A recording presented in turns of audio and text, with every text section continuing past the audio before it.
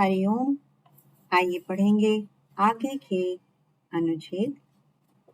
दीर्घकाल लंबे समय और निरंतर अभ्यास से साधन की पूर्व धारा लौट आएगी। मुख्य ध्यान में निविष्ट होने जैसी स्थिरता जब ना आवे तो जप का सहारा ग्रहण करना चाहिए। जप बराबर बढ़ाते रहो। प्रति जप में मानो प्रदीप संप्रकाशवत ध्येय विषय मन में जाग उठे।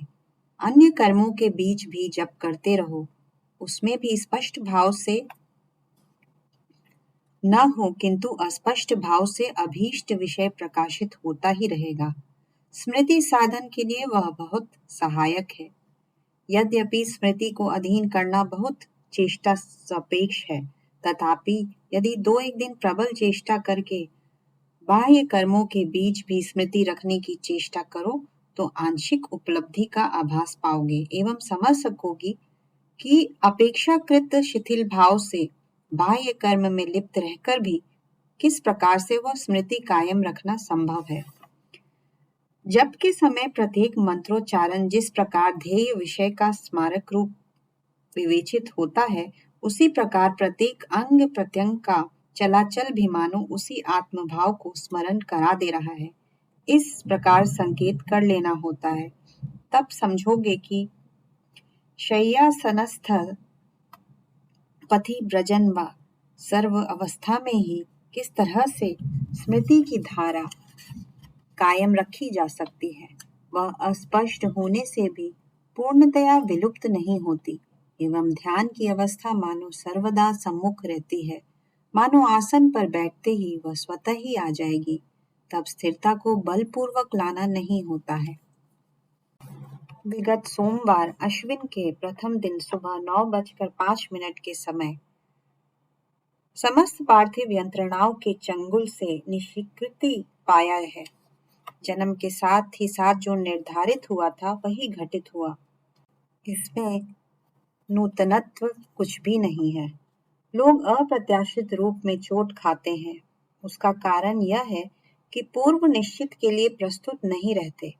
सभी ने अपने मन कल्पित एक आदर्श गढ़ रखा है एवं उसके साथ मेल नहीं बैठने पर ही उसे अनियम कहते हैं, किंतु परिवर्तनशीलता रूप अनियम ही जो जगत का नियम है। अर्ध निंद्रित और तंद्रित आंखों में स्वप्न राज्य का यह अस्पष्ट दृश्य सभी आत्मविस्मृत होकर देख रहे हैं। वह मोह की घोर प्रतिकूलता के सामान्य स्पर्श मात्र से कहाँ विलीन हो जाएगा, उसे क्या कोई थोड़ा भी नहीं सोचता है।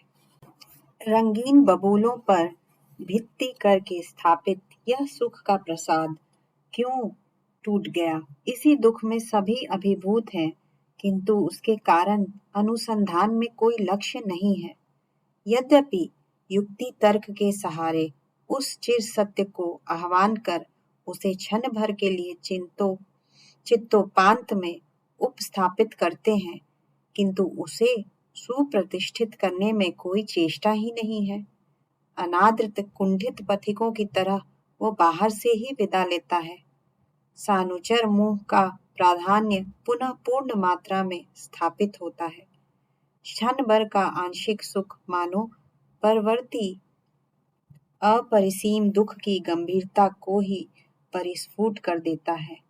स्वाध्यायशीलता एवं अविचलित निष्ठा उनका विशेषत्व था, इसलिए अत्रत्य संग को उनका अभाव बहुत दिनों तक अनुभव करना होगा। 4 दिन पहले भी जो है वो आज था, वर्तमान में पुनः उसे स्पर्श नहीं कर सकोगे। सदा के लिए अतीत के बीच परिगणित हुआ दूरगामी पंछी जिस प्रकार क्षुद्र से क्षुद्रतर हो अंत में दिगंत की गोद में शून्य आकाश में विलीन हो जाता है, उनकी बात भी उसी प्रकार क्रमशः अस्पष्ट होकर विस्मृति के बीच विलीन हो जाएगी।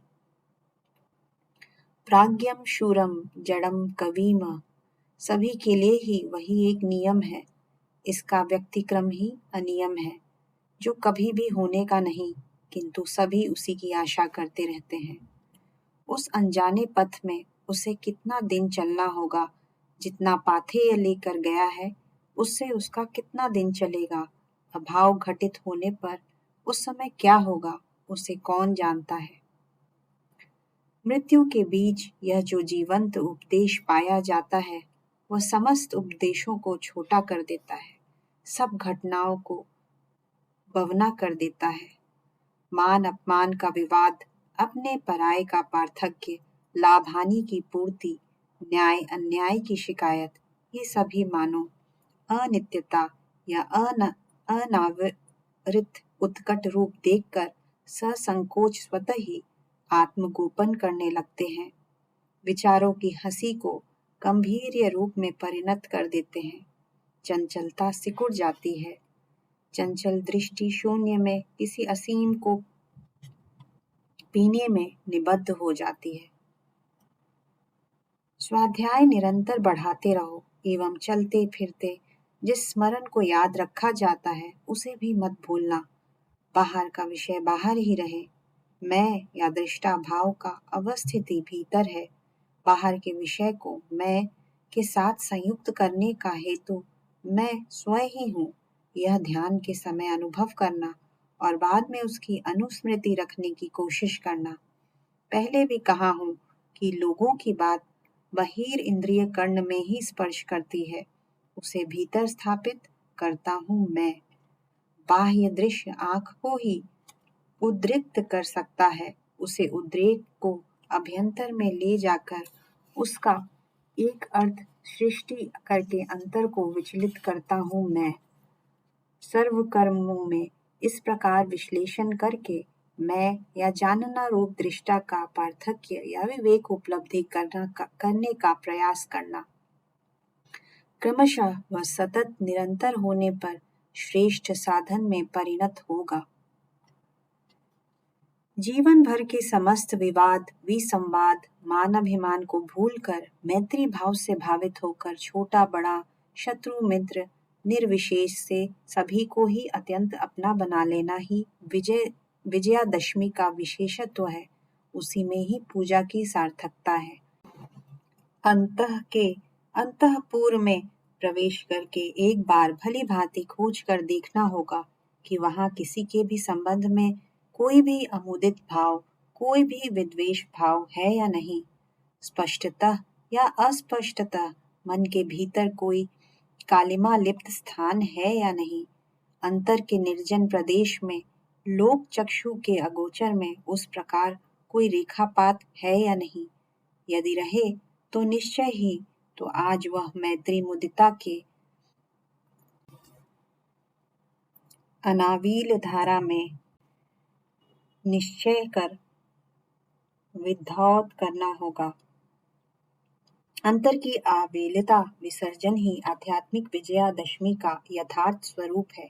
मूर्ति पूजा हम लोगों का आदर्श न होने पर भी यदि हम लोग तद उपलक्ष्य में कुछ बढ़ता लाभ, कुछ अतिरिक्त संचय कर लें तो वह सुयोग त्याग करना विधेय नहीं है।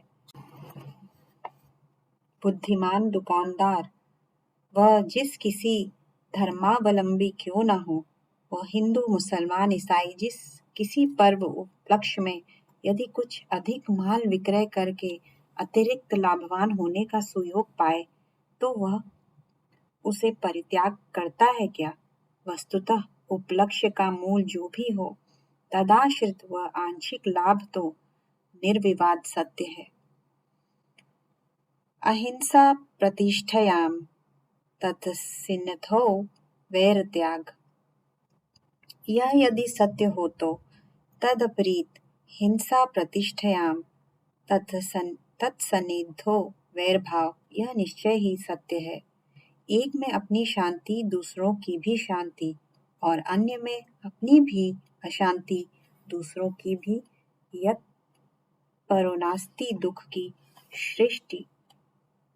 जैसे कोई एक ग्रामीण आदिवासी यदि अपने घर में अग्नि संयोग करे तो उससे उसका अपना भी सर्वनाश होता है एवं वह अग्नि संक्रमित होकर दूसरों का भी महा अनिष्ट साधित करती है। द्वेष बुद्धि भी ठीक उसी प्रकार समझना चाहिए। यह सब याद रखकर हम कायम नोवाक्य या मनसा वाचा कर्मणा से अहिंसा का पालन करके उसे महाव्रत रूप में परिणत करना होगा। उपकारी प्रशंसाकारियों के प्रति हृदयता प्रकाश सभी किया करते हैं, उसमें विशेषत्व कुछ भी नहीं है, किंतु अपकारी निंदाकारियों के प्रति भी सद्भाव पोषण करने का नाम ही मैत्री साधन है। आज के दिन में वही सभी की अवलंबनीय व्रत हो, वह सर्वतोभाव से पालन करके उसे सार्वभौमिक महाव्रत में परिणत करेंगे। यही इस बार के विजयदशमी का अवलंबनीय होवे। मान त्याग ही श्रेष्ठ त्याग है। वहां आघात पड़ने पर बहुतों की ही मैत्री आदि भंग हो जाती है। सांख्य धर्म का समस्त लक्षण परम ऋषि में आरोप करने से क्या मालूम पड़ता है कि यदि कोई उनकी निंदा करता तो वे थोड़ा भी विचलित होते। उनका अचल मैत्री भाव का तनिक भी विपर्यास करना क्या किसी के भी पक्ष में संभव है? हम सभी उस कपिल के गोत्र संभूत है। हम लोगों की तरफ से कोई भी हम लोगों का अमित्र नहीं है। सात्विक, राजसिक या तामसिक या आपेक्षिक या तुलना मूलक शब्द है। एक की अपेक्षा या तुलना में अन्य को सात्विक या राजसिक कहा जाता है। जो लोग अर्थ लाभ या मान के लिए देश सेवा करते हैं, उसकी तुलना में जो निस्वार्थ होकर उपकार करते हैं, उनका कर्म सात्विक है। और फिर जो केवल मात्र अपने देश के उपकार में कर्म क्षेत्र संकीर्ण न करके सर्व जगत के कल्याण कर कर्म में आत्मनियोग करते हैं, वे पूर्वोक्त की तुलना में सात्विक है, अर्थात उन्नतर है। और पुनः ये यदि केवल जगत के ब्रह्म संपदा आदि वृद्धि और अपरा विद्या के प्रचार में नियुक्त न होकर चिर निवृत्ति मूलक आध्यात्मिक संपदा वृद्धि करने और परा विद्या के अनुशीलन में अपने को समर्पण करते हैं, जैसे कपिल, तथागत, बुद्ध आदि महापुरुषगण ने क्या किया है, तब उनके कर्म को सात्विकता की पराकाष्ठा कहा जाता है। इस प्रकार से विचार करना चाहिए। स्वार्थपूर्ण संकीर्ण कर्म क्षेत्र को उदार भाव से देश और दस की सेवा में विस्तृत करना बहुत अच्छा है, संदेह नहीं, किंतु उसकी अपेक्षा उन्नतर आदर्श जो है उसे याद रखकर अपने को उस आदर्श में परिचालित करना होगा। जो शिक्षा सर्वदेश के सर्व समाज के लोगों के लिए कल्याणकार हो, उस शिक्षा से शिक्षित होकर दूसरों को भी यदि वह निस्वार्थ भाव से दान किया जावे, तो वह कर्म और आचरण जो साधारण परोपकार आदि की अपेक्षा कितना उन्नतर है, वह तुम्हारे लिखित तथागत आदि के दृष्टांत से ही समझोगे। अतः साधारण शिक्षा दान आदि से जो मंगल प्रतिष्ठान किया है, उसे आध्यात्मिक शिक्षा का केंद्र बनाकर उसको महामंगल प्रतिष्ठान में परिणत करने में सचेष्ट हो जाओ। अवसाद आने का कोई कारण नहीं है। ध्यान जप में ही आध्यात्मिक शक्ति अर्जित होती है। पहले ही जो ध्यान जप आदि मुख्य साधन को अवलंबन कर सभी सर्व समय बिता सकेंगे, ऐसा नहीं, लेकिन उसी संबंधीय ग्रंथादि पाठ, आलोचना, अनुशीलन, शिक्षा दान इत्यादि पहले बाह्य कर्म रूप में आचरित होते हैं। क्रमशः धीरे धीरे यह बाह्य कर्म घटाकर पूर्ण शांति के अभिमुख अग्रसर होना होगा। आत्मा के संबंध में तुम्हारे द्वितीय प्रश्न का उत्तर। आत्मा का क्या कभी भी कोई स्तर रहता है? आत्मा के नीचे जो बुद्धि, मन आदि है, उसका ही भेद है। जिस प्रकार राजसाज में सज्जित मनुष्य और गृहस्थ के पोशाक या दरिद्र के मलिन वस्त्र से आवृत मनुष्य में भेद है, उसी प्रकार महत लोगों और साधारण लोगों में भेद है। यह मन का ही भेद है, आत्मा की उच्च या नीच अवस्था नहीं है। एक व्यक्ति जो दूसरे एक व्यक्ति के निकट जाता है, वह अन्य किसी की प्रेरणा से नहीं, अपनी ही रुचि की प्रेरणा से। भगवान बुद्ध के निकट बहुत व्यक्ति तीव्रता से गए थे, उसका कारण बुद्ध का महान आदर्श उनको अच्छा लगता था, इसलिए। उसी प्रकार देश लूट करने के रुचियुक्त बहुत लोग अलेक्जेंडर या तैमूर के झुंड में जुटते थे। अतः केवल जो अच्छे लोगों के निकट ही अधिक लोग जाते हैं, ऐसा नहीं है। महत लोगों के निकट पवित्र महान आदर्श बहुत कम लोगों को ही रुचिकर होता है।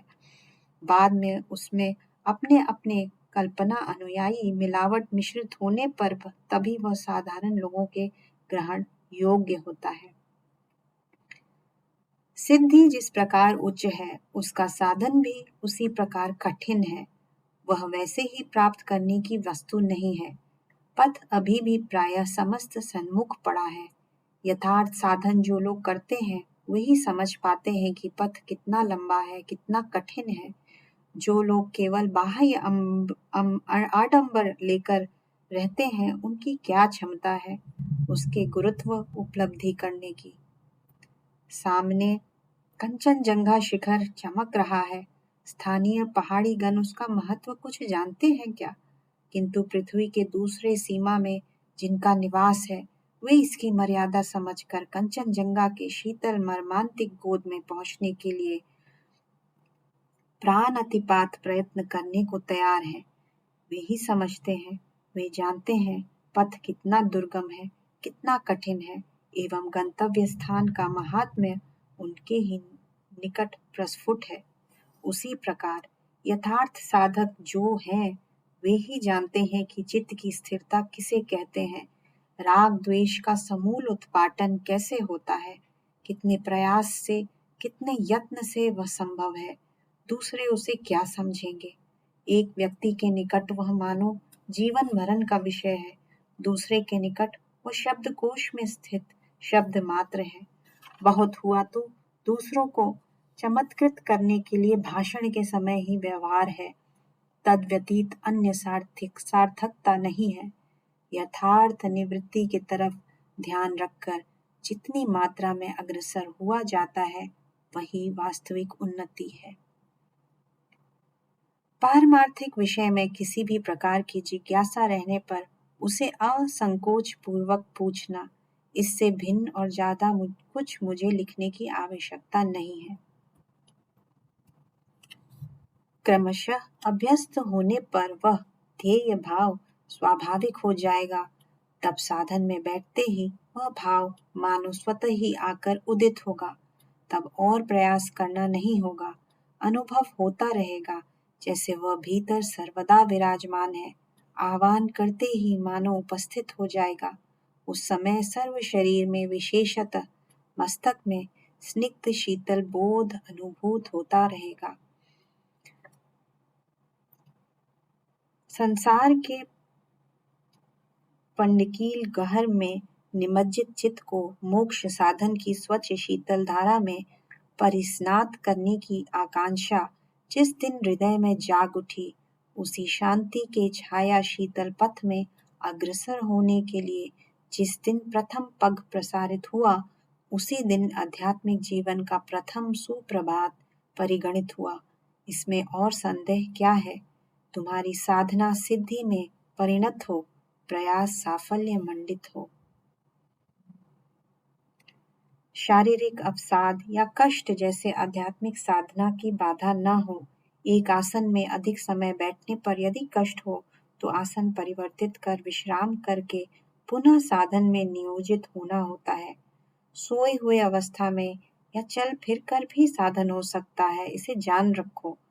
अपने को अर्थात मैं को भूले रहना ही आत्महत्या है और आत्मभाव को सर्वदा स्मरण रखना ही अमरत्व है।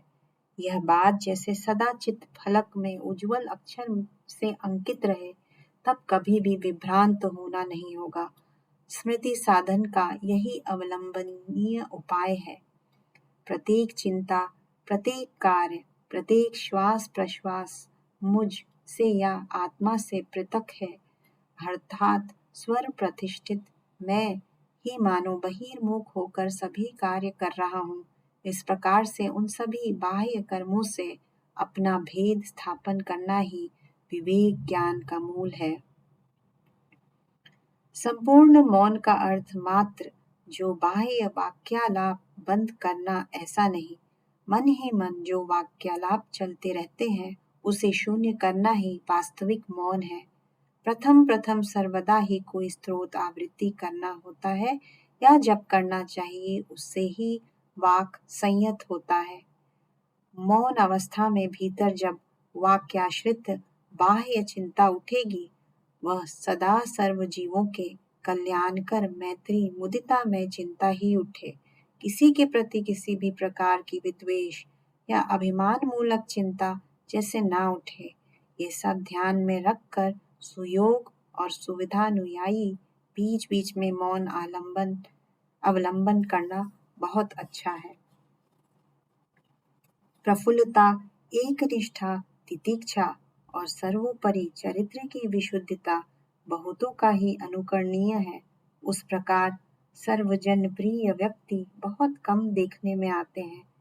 जीवित व्यक्ति के दुख में संवेदना प्रकाश एवं उसका दुख दूर करने की प्रचेष्टा की सार्थकता है।